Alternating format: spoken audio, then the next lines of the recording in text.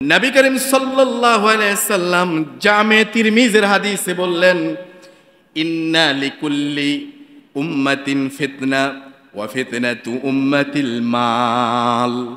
নবীজি বলেছেন যে প্রত্যেক উম্মতের জন্য রয়েছে এক একটি ফিতনা। ভালো করে শুনেন, প্রত্যেক উম্মতের জন্য রয়েছে এক একটি কি ফিতনা, ফিতনা রয়েছে। আর নবীজি বললেন ওয়া ফিতনাতু উম্মাতিল মাল, আর আমার উম্মতদের মধ্যে ফিতনা হচ্ছে অর্থ সম্পদ। নাউযুবিল্লাহি মিন যালিক। আমার উম্মতের, আর নবীজি বললেন ইন্না লিকুল্লি উম্মাতিন ফিতনা, প্রত্যেক উম্মতের মধ্যে কোনো না কোনো একটা ফিতনা আছে। আর আমার উম্মতের মধ্যে ওয়া ফিতনাতু উম্মাতিল মাল, আমার উম্মতের ফিতনা হচ্ছে অর্থ সম্পদ। বলেন কি? অর্থ সম্পদ। এইটার কারণে কত ফিতনা, কত ফাসাদ, কত ঝগড়া, কত হাঙ্গামা, কত মায়ের ফিট, কত কেস কাবাড়ি, কত মামলা মোকদ্দমা, কত রক্তাক্ত, কত সালিশ দেন দরবার। কথা বলেন ঠিক কিনা? তাহলে এই অর্থ সম্পদ ফিতনার কারণ। রাসূল বলেছেন উম্মতের ফিতনা হচ্ছে অর্থ সম্পদ। এই অর্থ সম্পদ এতটাই ফিতনা, আমার প্রিয় ভাইয়েরা দেখেন, এমনও সন্তান আছে এই সমাজে, এমনও ঘটনা ঘটে, সন্তান অর্থর সম্পত্তির, বাবার অর্থ সম্পত্তি, কয়েকটা বাড়ি আছে, কয়েকটা মার্কেট আছে, দোকান আছে, এই সম্পত্তির, এই গাড়ি বাড়ির মালিক হওয়ার জন্য পাষণ্ড ছেলে তাড়াতাড়ি মালিক হয়ে যাওয়ার জন্য ওই সন্তান পিতাকে হত্যা করে, বালিশ চাপা দিয়ে পিতাকে দুনিয়া থেকে বিদায় করে, এরপর সে ওই সম্পত্তির মালিক হয়ে যায়।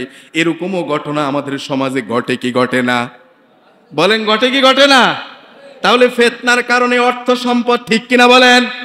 আমার প্রিয় ভাইয়েরা, আবার দেখা যায় বোন যাতে ওয়ারিশ সম্পত্তি না পায়, দেখা যায় 3টা বাড়ি আছে, 2টা বাড়ির মালিক ভাই, একটা বাড়ির মালিক বোন। বোনকে ভাই চাই 3টা বাড়ির মালিকে হয়ে যাবে, এজন্য বোনকে হত্যা করে দেয়, তারপর সে সব অর্থ সম্পত্তির একক মালিক হয়ে যায়। আমার প্রিয় ভাইয়েরা, তাহলে এরকমও ঘটনা ঘটে।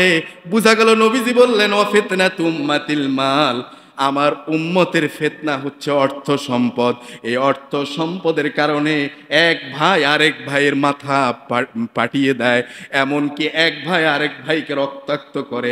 এমনও ঘটনা এই সমাজে ঘটে, বড় ভাই ছোট ভাইকে, নতুবা ছোট ভাই বড় ভাইকে দুনিয়া থেকে বিদায় করে দেয়। ঠিক কিনা বলেন আমার প্রিয় ভাইয়েরা? তাহলে এই মাল, এই অর্থ সম্পদ হচ্ছে ফিতনা, ফিতনা হয়ে থাকে।